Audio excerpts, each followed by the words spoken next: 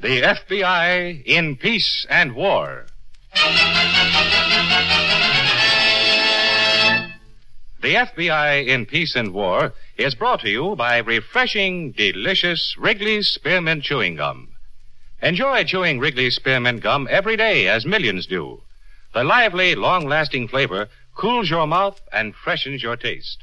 The pleasant chewing adds enjoyment to whatever you're doing.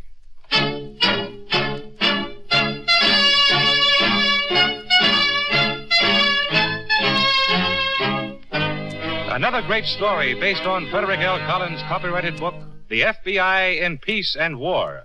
Drama, thrills, action. Tonight's story, Stranglehold.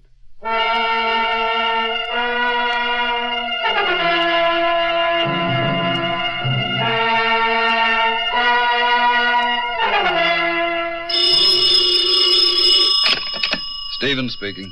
Steve, this is Dave. I have her outside here with me. You ready for us yet? All ready, Dave. Come right in.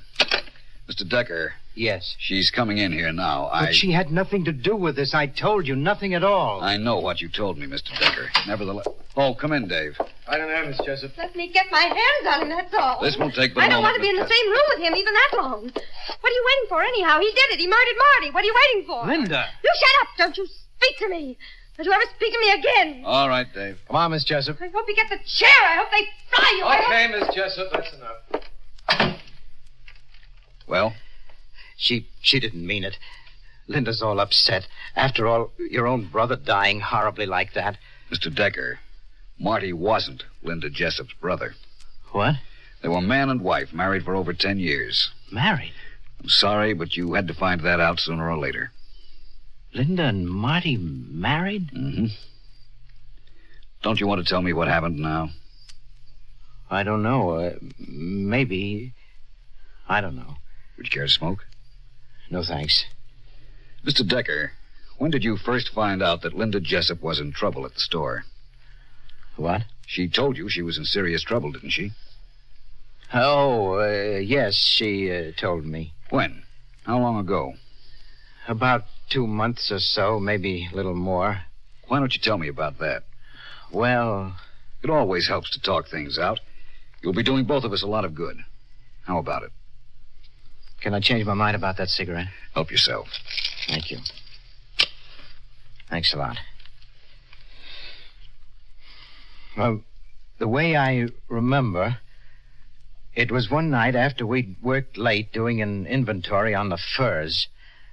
And I noticed Linda was tired, and so I suggested the two of us having a drink before I drove her home. But when we got to the bar, I saw it was something more than just being tired. Something was on Linda's mind. Usually she was all laughing and being warm and friendly, but this night she was quiet and restless and drinking like I never saw her before. Let's have another, Another? One for the road. Well, okay, but aren't you hitting the stuff a little heavy tonight? All right, if you don't want to order me a drink. Oh, I didn't say that, Linda. Just that you never used to drink like this. What is it? It's nothing. Nothing at all. I'm all right. I'm fine. Is it the boss, Mr. Kruger, bothering you again? No, I'm holding him at arm's length, all right. No, it's not the boss. Okay, if you don't feel like talking, I won't keep at you. We'll have another drink. Earl. Yes? What do you think of me? What? I mean it. You haven't known me very long. Oh, we've seen a lot of each other and had some laughs, but what do you really think? Oh, come off it, Linda. What is it? No, I want to know. It's important, Earl. I think, Yes? Linda, if it wasn't for you and the way we've been, I mean, well, I just wouldn't care what happened, that's all. Would you feel that way if you knew I'd done something very wrong? You'd never do anything wrong. If I had, what then? The person you're in love with, you're in love with. It wouldn't matter. In love with?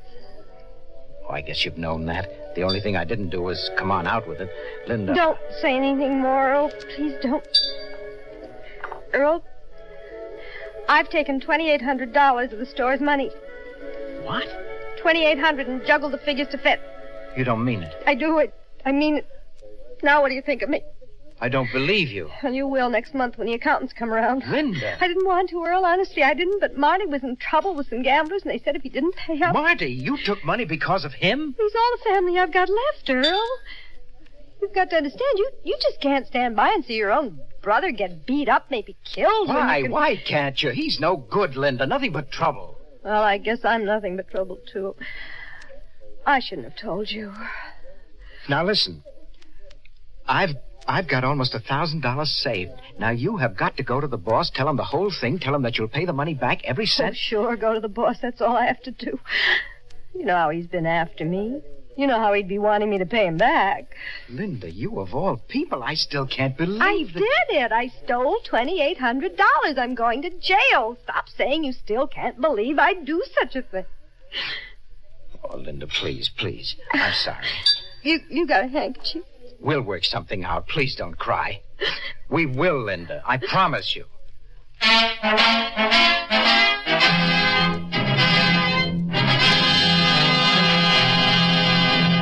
Back to Stranglehold in just a moment.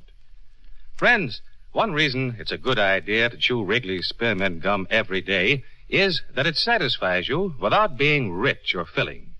You can chew Wrigley's Spearmint after meals, between meals, anytime, and as long as you want. You get your satisfaction from the delicious flavor and the natural, pleasant chewing. Wrigley's Spearmint Gum is wholesome and good for you. So make your daily treat Wrigley's Spearmint Chewing Gum. It's a treat you can trust for healthful daily enjoyment. Always keep a package or two of Wrigley's Spearmint Gum handy in your purse or pocket. Be sure to get Wrigley's Spearmint Chewing Gum. Healthful, refreshing, delicious.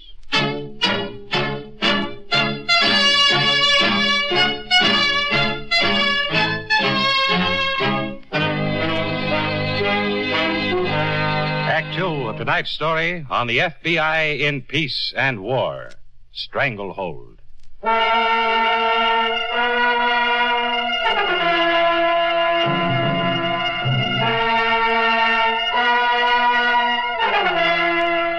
And what happened after that night in the bar with Linda Jessup? Nothing. I tried to think of some way out for her, but I couldn't. You didn't know she and her brother had their plan all set up, only waiting for the exact moment to approach you? No, sir, I didn't. I suppose they had. They must have.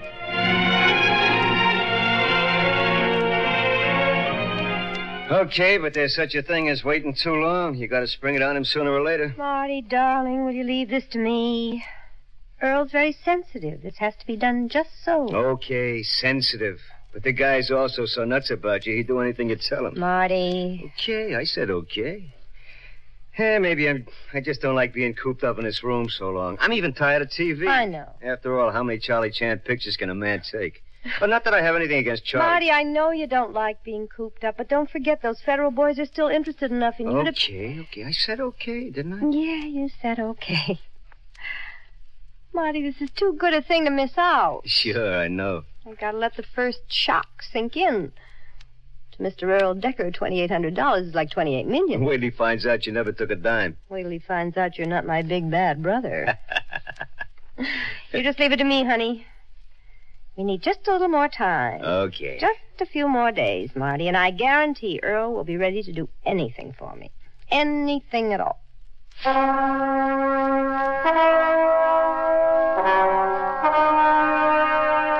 And were you ready? I was ready. I didn't know Marty wasn't a brother. I didn't know he was wanted by the FBI.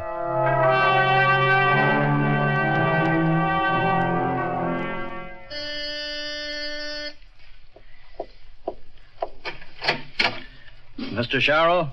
Yeah? What do you want? If it's about the room, there ain't any. If it's about My name is Johnson, Mr. Sharrow, Police Department. This is Agent Reynolds of the FBI. Oh, why didn't you say so right off? Come in. I've been expecting you. You go right ahead in and sit down. The place is kind of mussed up, but the rumors keep my old lady hopping. Sit down. That chair is clean there. Sit right down. Thank you. Now, you want to know why I call the station house? Either of you gentlemen smoke cigars. I'm all out myself. I'm sorry, Mr. Sharrow, we don't. Well, like I said to that sergeant fellow who answered, I said, this is Reuben Sharrow, a United States citizen. I just saw a picture in the post office of a criminal I am sure was one of my roomers a ways back, and I want to do my duty and report him. Mr. Sharrow. Sir? Inspector Johnson's already given me that information. Oh, he has? Yes, and I also told Mr. Reynolds that you asked about a reward.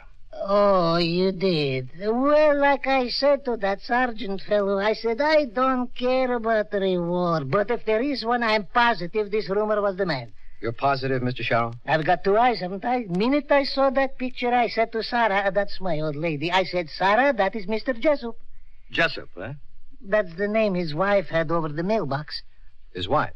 Well, I thought she was his wife. Maybe she wasn't. I always say live and let live and don't ask no questions. Mr. Sharrow, would you mind telling us about Mr. Jessup and his wife from the time he or she first rented a room? I want to get the facts in some sort of order. I forgot whether or not you said there was a reward for this kind of information, young fellow. He didn't say, Mr. Sharrow, but if your information leads to Jessup's apprehension, there's a rather sizable reward. It was in January sometime, about a week after New Year's. I remember exactly because Sarah, that's my old lady, she had a sign-up for a vacancy. And when this Jessup fellow and his wife...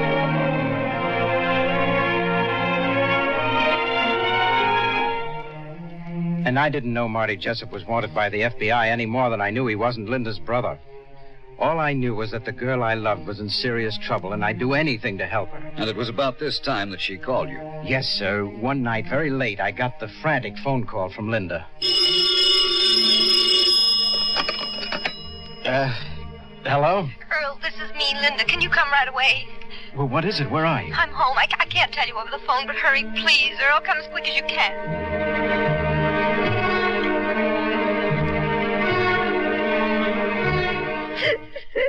Oh, Linda. Linda, how terrible. I don't even want you to see my back.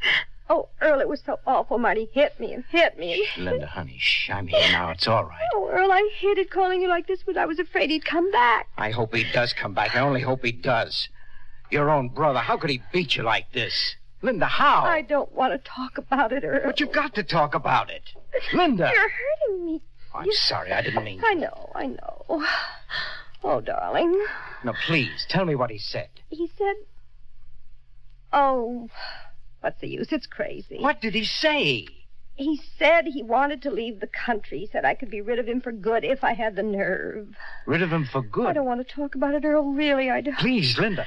If you had the nerve to do what? To help him stage a fake robbery at the store.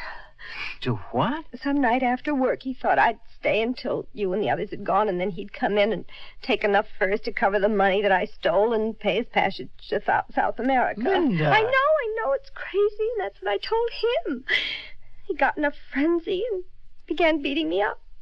He said it wasn't crazy. It would fix up everything. He'd tie me up in a chair, and no one would ever find out what I'd done. But you couldn't do that, Linda. Well, that's what I thought at first, but... If I ever got rid of Marty and out of this mess, then you and I could get married. And besides, it'd only be a few furs. The insurance company would make it up. No, but I mean, you couldn't. You don't know the combination of the vault. Well, that's what I said to Marty, and he said maybe not, but I could get it. He said if Earl really loves you, like you said... No, Linda, I won't let you do it. No, I don't blame you. Maybe you're right. Maybe I should face it and go to jail. Maybe I should tell Marty I won't do it no matter what he does to me. Oh. What's the matter? Nothing. My side, I think. I guess I've been talking too much. Earl, you'd better go. No, I'll stay. You'd better. If you're not going to help me, I'll have to have it out with Marty sooner or later. I'll just wait till he gets back, Earl. You'd better go.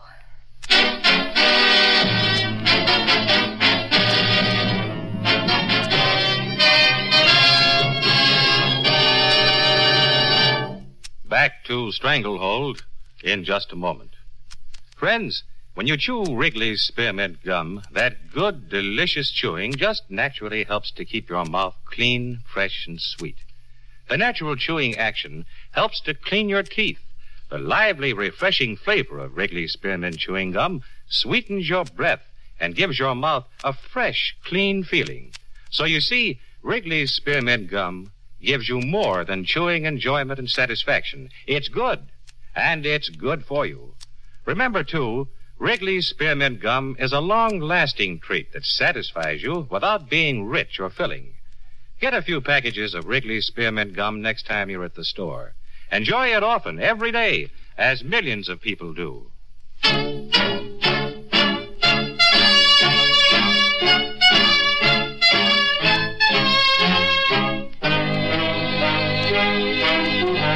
Act 3 of tonight's story on the F.B.I. in Peace and War.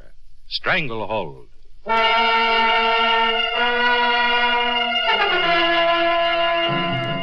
That's when you decided to help her, Mr. Decker?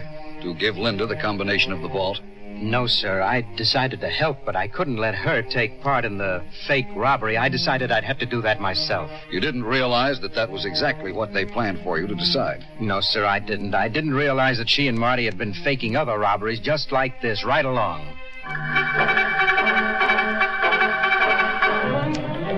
To Stevens, FBI, Washington Confidential. Received lead from rooming house janitor on Martin Jessup and wife. Mail forward to Post Office Box, Bay City. And proceeding there at once. Will notify results. Sign it, Reynolds. I didn't realize she and Marty had been faking other robberies. I didn't realize they were planning to take off with all the furs. All I knew was I had to help Linda get rid of that horrible brother of hers, even if it meant going through with a criminal act. Well, the following night, Wednesday, Linda and I worked late, and about 9 o'clock she went home. An hour after that, Marty came to the store. We pulled down all the shades, and I opened the vault.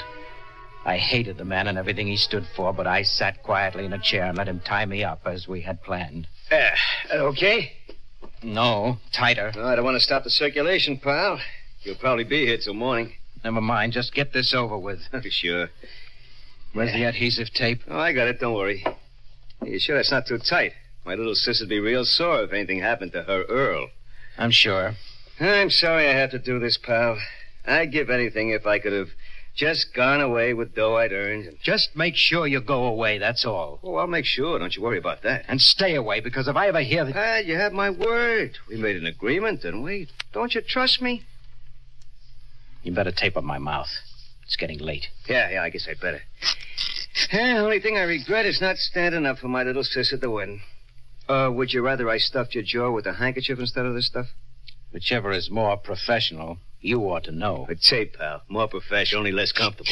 Well, come on, use it then. Get this over. Okay. And hurry up. We haven't got all night. Okay, I said okay.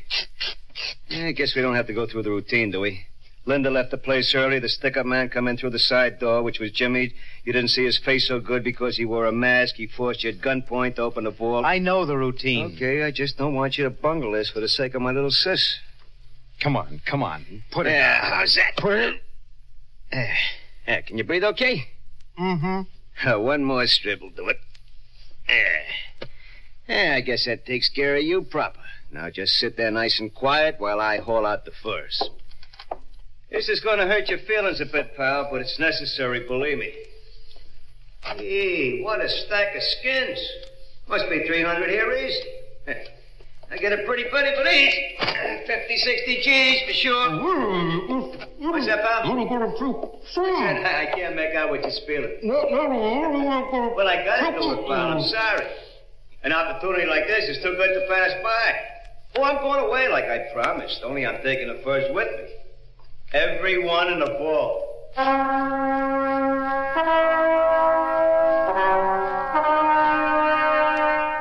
He was taking every fur in the vault. That's what he told me. He removed them all from the vault, and I sat there, helpless. It's necessary, pal. Where I'm heading, I need a fat steak like this. I tried to break the cords, to open my mouth, to stop him somehow. I worked my chair toward the door of the vault. Now, pal, don't take it so hard. The insurance company is paying for this, not you. He kept on tossing out the furs. I wanted to shout to him, to make him stop. I wanted to fling myself at him, to throw my chair in front of him, something, anything. And then as I fought with the chair, I felt it falling. And as I hit the floor, I heard the door of the vault slam shut. Earl, let me out of here. Earl, can you hear me? I could hear him. Oh, listen, But there was I nothing I could do but lie helpless on the floor. every one of them. I tried to move, but my arms were numb. Oh, can you hear The me? tape was sealed tight on Can my you mouth. hear me? Help! The only hope was that Oh, someone would please. come. Help But I me. knew they wouldn't. No one would come until morning, and Marty would slowly suffocate to death. I hated the man, I admit it, but not that much. If I could have helped him, I would have. But he was the terrible victim of his own plan. Slowly, agonizingly, his breath came harder. Until in the early hours of the morning, it came no more. And I knew Marty Jessup was dead.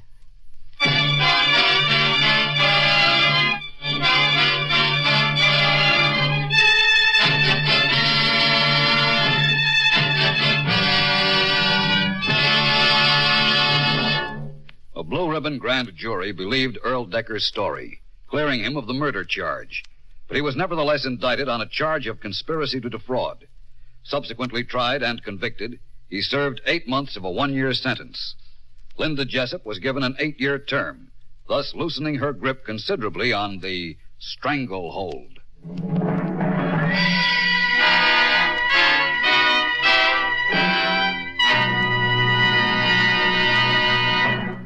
Remember, friends, when you want a tasty treat that satisfies you without being rich or filling, chew a stick of Wrigley's Spearmint Gum. There's lots of delicious, long-lasting flavor in a stick of Wrigley's Spearmint Gum, real taste enjoyment. And besides, you get satisfaction from the pleasant chewing. It gives you comfort, helps relieve tension, and helps to tide you over till mealtime. So, do what millions do. Keep Wrigley's Spearmint Chewing Gum handy and enjoy it every day.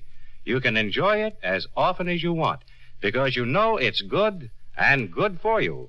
Inexpensive, too. Be sure to get Wrigley's Spearmint Chewing Gum. Healthful, refreshing, delicious.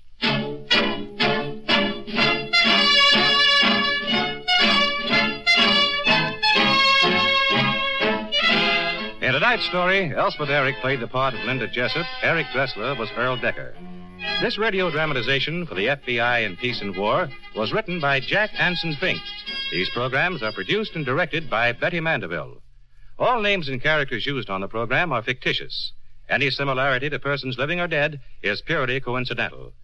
This program is based upon Frederick L. Collins' copyrighted book, The FBI in Peace and War, and the broadcast does not imply endorsement, authorization, or approval by the Federal Bureau of Investigation.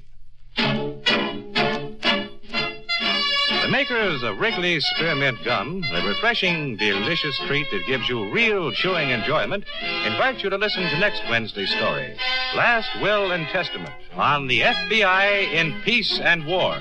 Same time, same station.